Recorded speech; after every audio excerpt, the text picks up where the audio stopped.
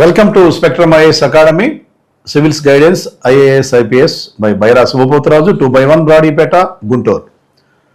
Civils లో 4th పేపర్లో ఉన్నటువంటి సైన్స్ అండ్ టెక్నాలజీ అనేటువంటి భాగం గురించి ఈ వీడియోలో చెప్పటం జరుగుతుంది. ఈ సైన్స్ అండ్ టెక్నాలజీ అనేది మనకి మెయిన్స్లో ఎస్ఏలో క్వశ్చన్ రావచ్చు. తర్వాత ప్రిలిమ్స్లో ఆల్రెడీ స్టేట్మెంట్స్ రూపంలో, అజంప్షన్స్ రూపంలో, అలాగే కంక్లూజన్స్ రూపంలో ప్రిలిమ్స్లో క్వశ్చన్లు వస్తాయి. మెయిన్స్లో వీటి వ్యాస రూపంలో వస్తున్నాయి. ఇటు మనకి 180 to 200 వర్డ్స్ రూపంలో కూడా 10 మార్క్స్ క్వశ్చన్స్ వస్తున్నాయి. ఈ భాగం ఇటు నాన్ సైన్స్ అంటే సోషల్ సైన్స్ అభ్యర్థులు, సైన్స్ అభ్యర్థులు ఇద్దరు కూడా పోటీ పడతారు. ఇప్పుడు సోషల్ సైన్స్ వాళ్ళైనా సరే ఈ సబ్జెక్ట్ మనం నేర్చుకొని చక్కగా రాయవచ్చు. ఇక్కడ ఎటువంటి డిఫరెన్స్ ఏమి లేదు. Science students, non science students అని చెప్పేసి చాలా ఇంట్రెస్టింగ్ పేపర్. ఇక్కడ మనకి సైన్స్ అండ్ టెక్నాలజీ అని ఇచ్చారు. డిజాస్టర్ మేనేజ్మెంట్ 2 అంశాలు ఉన్నాయి మనకి.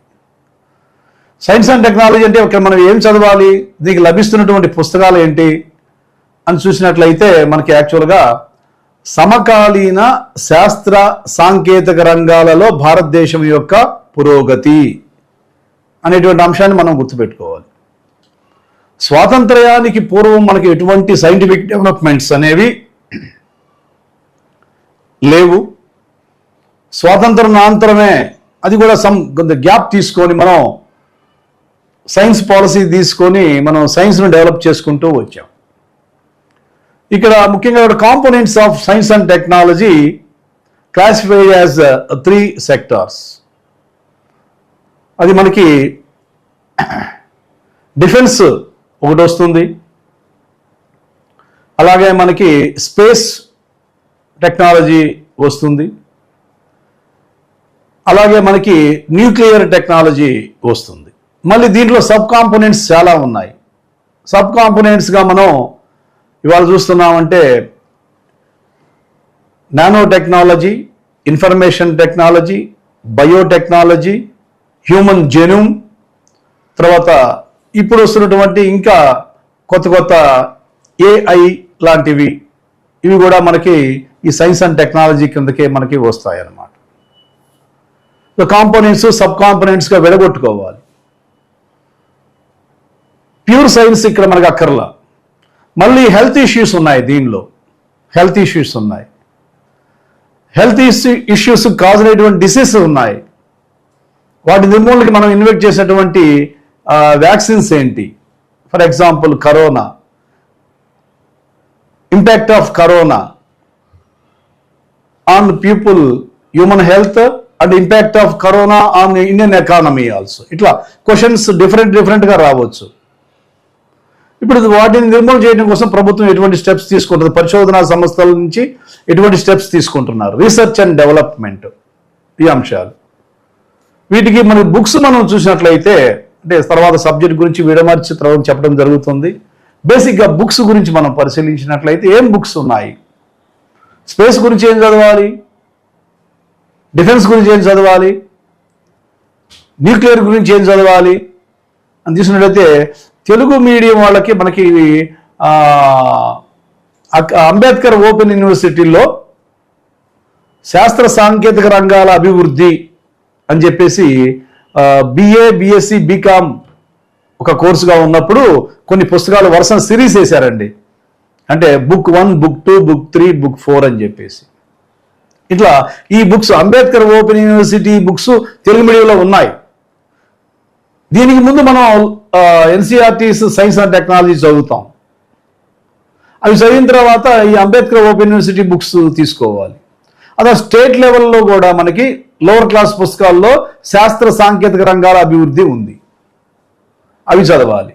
ఇట్లా తెలుగు మీడియం వాళ్ళు ఈ విధంగా చదువుకుంటూ వచ్చి ఈనాడు పేపర్లో వచ్చే ఆర్టికల్స్, యోజనలో వచ్చేటువంటి స్పెషల్ ఇష్యూస్, యోజన వాళ్ళు ఒక్కోసారి భారతదేశ శాస్త్ర సాంకేతిక రంగాల అభివృద్ధి అని చెప్పేసి ప్రతి సంవత్సరం వేస్తూ ఉంటారు.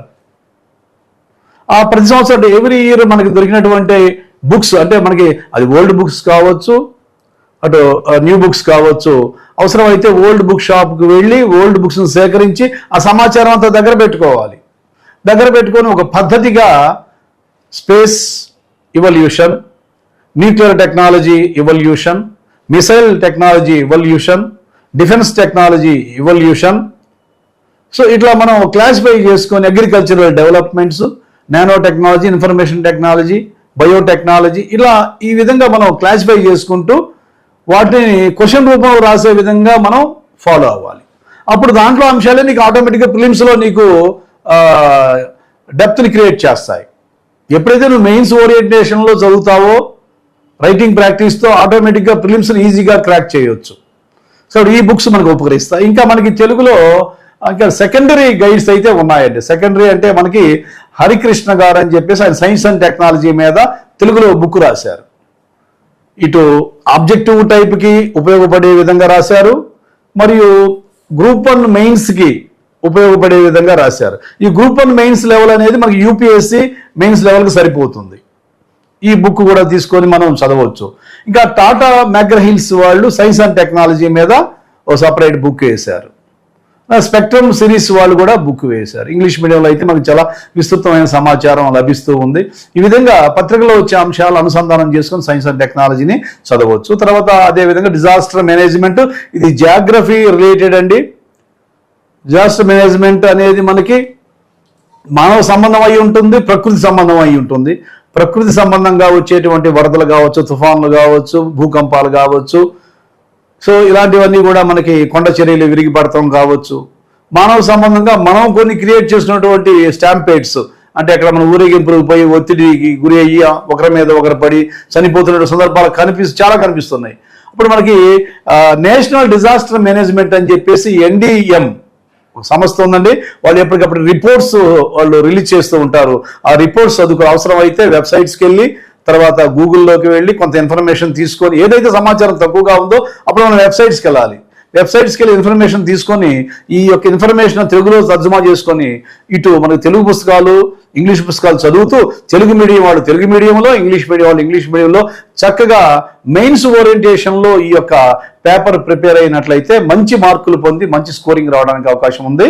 So I wish you all the best. Thank you very much.